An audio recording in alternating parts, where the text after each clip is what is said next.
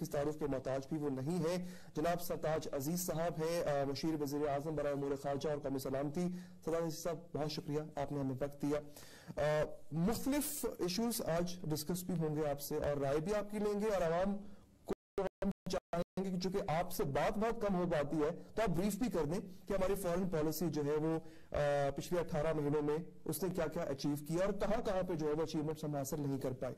اچھا, if we start with India, چونکہ ابھی حالیہ بھارت کے ساتھ جو بارڈر کشیدگی چل رہی ہے, 2015 کا آغاز ہی بارڈر کشیدگی کے ساتھ ہوا, ذرا عوام کو یہ بریف کیجیے گا کہ جب آپ آئے, آپ نے یہ عہدہ سنبھالا, تو انڈیا کے لیے آپ نے جو اپنی ایک ڈیزائن کی تھی فارن پالیسی, اس میں کس حد تک آپ کو اچیومنٹس ہوئی, کہاں کہاں فیلئر ہوئے؟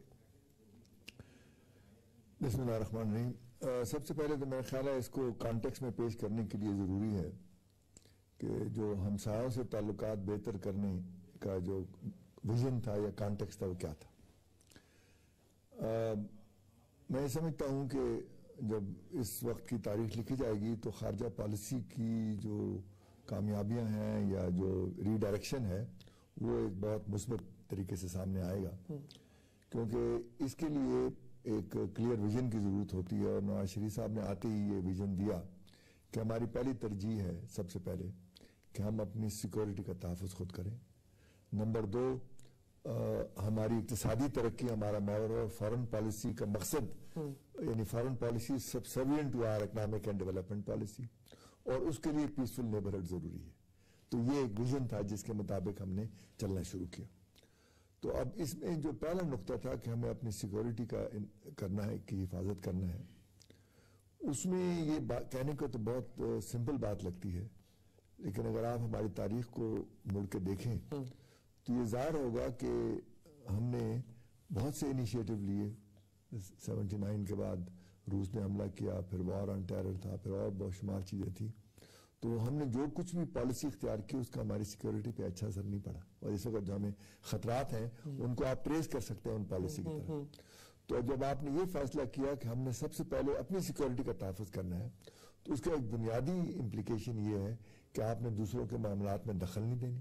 نمبر 1, آپ نے ایک جہاں آپ اپنا بنیادی انٹرسٹ نہ ہو اس میں نیوٹرل رہنا ہے.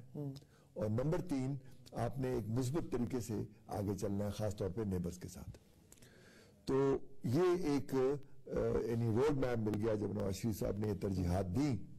تو اس کے مطابق جو ہمارا سب سے پہلا ترجیح تھی وہ ظاہر افغانستان تھی, اور یہ نیبرز میں کیونکہ وہ ہمارے سب سے اہم نیبر تھا اس وقت from security point of view.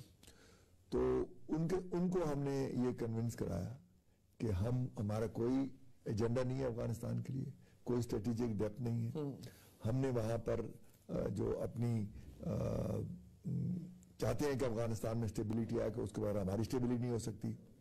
تو ہم پوری طرح تیار ہیں اس کام کے لیے کہ انٹرفیئر نہ کریں. یہ یقین آ گیا ان کو؟ ہاں بالکل, اور کارزائی صاحب کو بھی آیا تھا, لیکن پھر کچھ ان کے ایجنڈا تھرو آؤٹ نہیں. جب اگست میں یہ آئے تھے تو اس کے بعد چند مہینے تک جو ہمارا نیریٹو تھا ان کو بالکل ایکسیپٹ کر لیا تھا. اور اس کے بعد چونکہ وہاں پہ انٹرنل رفٹ بہت زیادہ تھی اور وہ اس کی وجہ سے ان کو کچھ ترجیحات میں تبدیلی آئی. لیکن جب سے اشرف غنی آئے ہیں ان کے ساتھ یہ نیریٹو بالکل اچھا اس فرنٹ پہ تو میں آتا ہوں سر, میں ختم کر لوں. لیکن جب سے مودی آئے ہیں تب سے حالات ادھر زیادہ ہم نے بگڑے دیکھے ہیں. میں بات کر رہا تو میں بات کر رہا ہوں کہ ہمیں اس پیسفل نیبرہڈ میں افغانستان میں بھی کامیابی ہوئی, ایران کے ساتھ کامیابی ہوئی, ہندوستان کے ساتھ نہیں ہوئی. اور اس کی وجہ کچھ لانگ ٹرم ہے اور کچھ شارٹ ٹرم مودی کی وجہ سے ہے. لانگ ٹرم میں یہ ہے کہ آپ کو پتا ہے کہ ہندوستان ساؤتھ ایشیا میں جتنے ممالک ہیں 8 سارک میں, ان باقی 7 کی آبادی سے اس کی آبادی دگنی ہے, یعنی اتنا بڑا ملک ہے. تو شروع سے ہندوستان کی جو فارن پالیسی کا آبجیکٹو تھا وہ یہ تھا کہ ہماری نارملائزیشن یا دوستی جس سے بھی ہو ہمارے ٹرمز پہ ہو, یعنی ایک ہیجیمنی کے لیول پہ ہو کہ ہماری بالادستی ہو. تو 3 ملک تو بہت چھوٹے تھے, مالدیوز اور بھوٹان اور یہ نیپال, تو ان کے ساتھ تو یہ ہو گیا. سری لنکا کے ساتھ کچھ اختلافات ہوئی تعامل کے ایشو پر اور چیزوں پر, اور بنگلہ دیش سے بھی پانی وانی پہ کچھ تھا, لیکن الٹیمیٹلی باقی تمام ممالک اس دائرے میں آ گئے سوائے پاکستان کے. اور یہ اس کے لیے ایک مستقل رساکشی تھی کہ پاکستان سے نارملائز کریں تو اپنی ٹرمز پہ کیسے کریں. ٹھیک ہے. تو وہ اور چونکہ ظاہر ہے کہ کشمیر کا مسئلہ تھا تو سب سے پہلی شرط یہی تھی کہ نارملائزیشن تب بھی ہوگی جب آپ کشمیر کا مسئلہ بھول جائیں, وہ ہم نہیں بھول سکتے تھے. اچھا, اب جو اس سے پہلی گورنمنٹ تھی وہ اس ایجنڈا تو ان کا بھی وہی تھا لیکن زیادہ سٹل تھا. ٹھیک ہے. مودی صاحب جب سے آئے ہیں تو ان کا یہ ایجنڈا جو ہے اس لحاظ سے وہ بہت اوپن ہے کہ جی ہماری ٹرمز پہ دوستی یا نارملائزیشن ہوگی ورنہ نہیں ہوگی. پہلی ان کی ٹرم ہے کہ کشمیر کو بھول جائیں آپ. ظاہر ہے کہ یہ ایک شرط ہے. ٹھیک ہے. لیکن اس کے علاوہ بھی جو ہیجمنی ہوتی ہے یا بالادستی ہوتی ہے اس کی بہت سی امپلیکیشن ہوتی ہیں اور وہ پاکستان کے لیے قبول کرنا ناممکن ہے.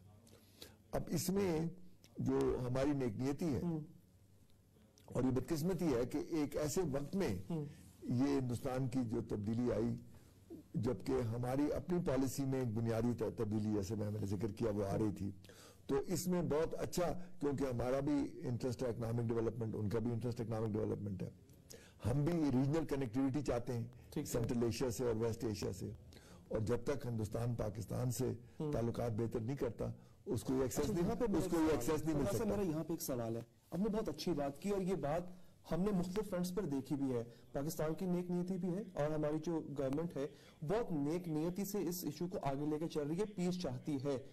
یک طرفہ طور پہ تو وہ مذاکرات ختم کر دیتے ہیں جب ان کا دل چاہتا ہے. آپ ہی کے چونکہ قومی سلامتی کے مشیر بھی ہیں آپ ہی کے کاؤنٹر پارٹ اجیت دوال, حال ہی میں ان کا ایک سٹیٹمنٹ کافی مشہور ہوا جو آپ نے سنا بھی ہوگا.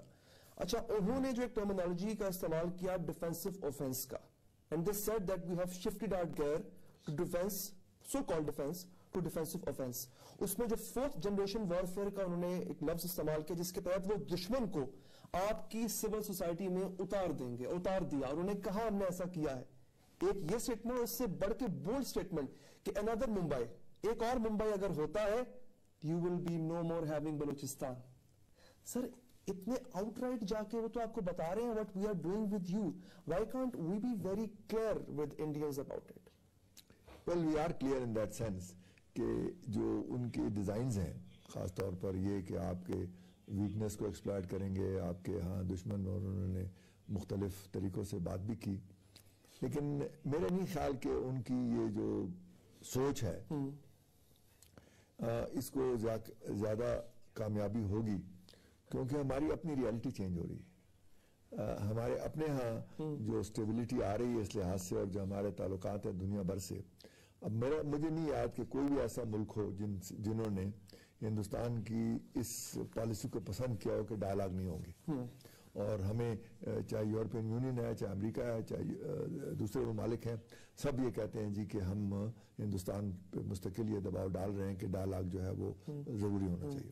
اب ڈائلاگ میں چاہے بریک تھرو نہ ہو لیکن کم از کم ٹینشن نہ ہو, اور جس کو ایک کولڈ وار کہتے ہیں اس کی بجائے کولڈ پیس ہو سکتا ہے جس میں آپ ٹینشن کم کریں اور جو تھوڑے بہت نارملائزیشن ہے وہ ہوتی رہے.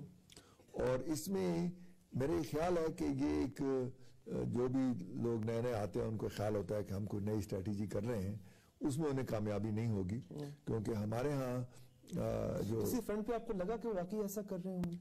میرا خیال ہے کہ جو افغانستان سے تھوڑی بہت ایکٹیویٹی پاکستان خلاف ہو رہی ہے اس میں ان کا ہاتھ ہے.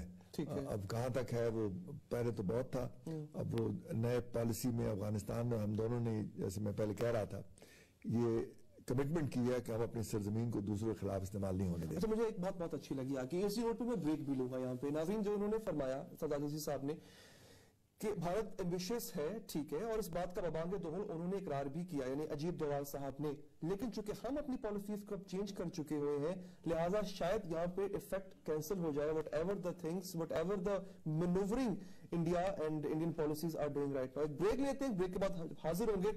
تو انڈیا کے ساتھ ساتھ افغانستان, ایران, امریکہ کے ساتھ کیا تعلقات ہیں ہمارے, کس طرح سے ہم آگے سوچ رہے ہیں اس پر بھی بات ہوگی.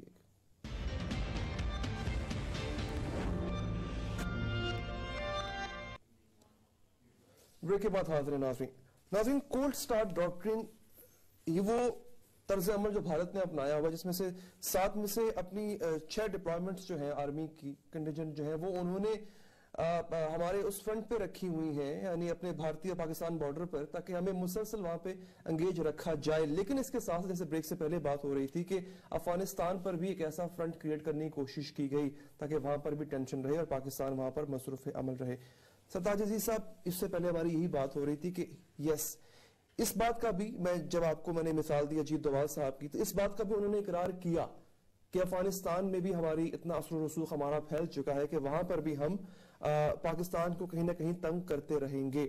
جب آپ نے اس سے پہلے فرمایا کہ افغانستان سے معاملات اب بہتر ہمارے ہوئے ہیں، تو اس پر کیا اتنا زور نہیں دیا گیا کہ جناب یہ جو آپ نے کونسل خانے بنا رکھے ہیں جگہ جگہ بارڈر کے ساتھ بھی، آرمی چیف صاحب تو اڑ کے جاتے ہیں 16 دسمبر کے بعد اور ایک کلیئر کٹ میسج دے کر آتے ہیں، لیکن اس سے پہلے کیا ہم اتنے کلیئر کٹ تھے افغانستان کے ساتھ کہ سٹاپ دس اور otherwise it will have consequences?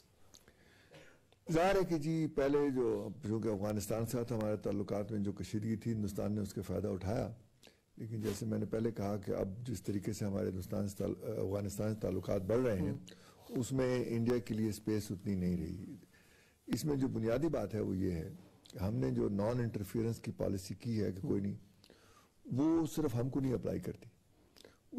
اس کا تقاضا ہے کہ تمام ریجنل کنٹریز وہی پالیسی اختیار کریں تاکہ وہاں پہ پراکسی وار نہ ہو.